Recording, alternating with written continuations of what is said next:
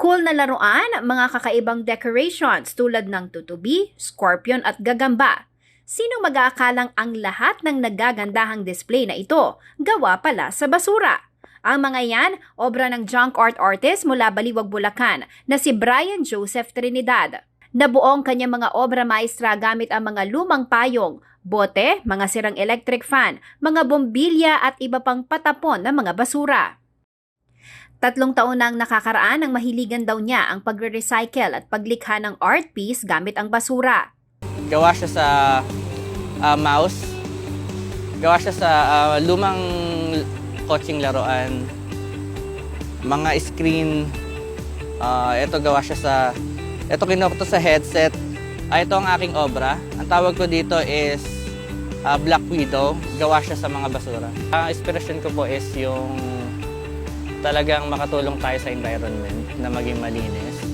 Imbis na makita natin yung mga basurang nakabara sa mga estero, pwede nating pulutin, i-recycle natin, pwede natin siyang gawing display sa mga bahay, or pwede rin natin siyang mapagkakitaan.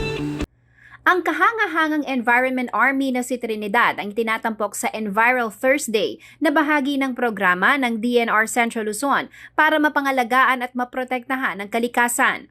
Tulad ng maraming ahensya ng gobyerno, apektado ng pandemya ang ilang programa ng DNR kung saan kinakailangan ang face-to-face interaction. Pero hindi ito dahilan upang mahinto ang kanilang kampanya.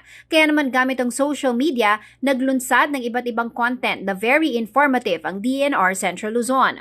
Tuwing Lunes, tampok ang Good News Monday featuring developmental programs. Sa Earth Talk Tuesday, pinag-uusapan ang iba't ibang environmental issues at mga suhestyon at tips kung paano mapapangalagaan ang kalikasan.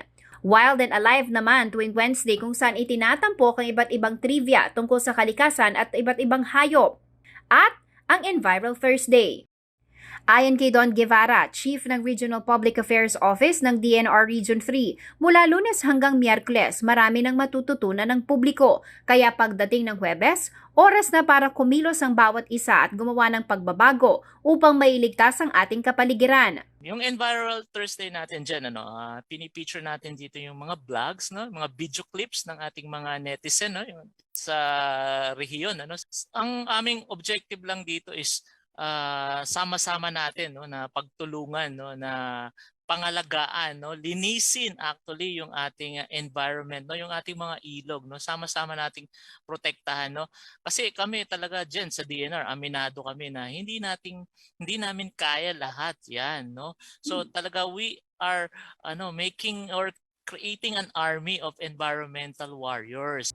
Dahil karamihan ay nasa social media, naniniwala ang ahensya na mas mapalalakas pa nila ang kanilang kampanya, lalo na kung marami ang makikibahagi rito. Ang mga ganitong content daw sana ang maging viral upang mas marami ang mahikayat na kumilos para sa kalikasan. Itong segment na ito, talaga makakaboost ito ng education knowledge sa ating mga karehiyon, no, sa ating mga kanetizen.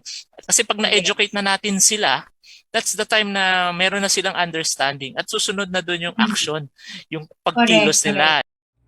Kaya sa lahat ng vloggers, TikTokers, netizens at posters, show your love and care for the environment. Kung kayo ay may tips kung paano protektahan at iligtas ang environment at wildlife o mga pagkilos na ginagawa para sa kalikasan, gawing viral ang inyong video sa Enviral Thursday ng DNR Central Luzon. Kung meron silang mga video clip dyan, pwede nilang itag ang DNR, no, yung hashtag DNR3 or hashtag tayo ang kalikasan, or pwede din nilang i-email yung kanilang mga video clip sa denr.rpao3@gmail.com at iyan po ay ipopost namin dito sa ating Enviral Thursday. So para mahikayat din natin or ma-motivate, no, Jen, ma-inspire lalong-lalo na yung ating mga kababayan at mga kabataan na sa kanila magsisimula talaga yung ating pakikilaban sa paglilinis, no, ng ating kapaligiran. Samantala, kabilang pa sa programa ng DNR ang Amazing Eco Facts Friday, Environment Friendly Saturday at tuloy-tuloy na matuto sa Open Tambayan Sunday. Jennifer Salenga, CLTV News.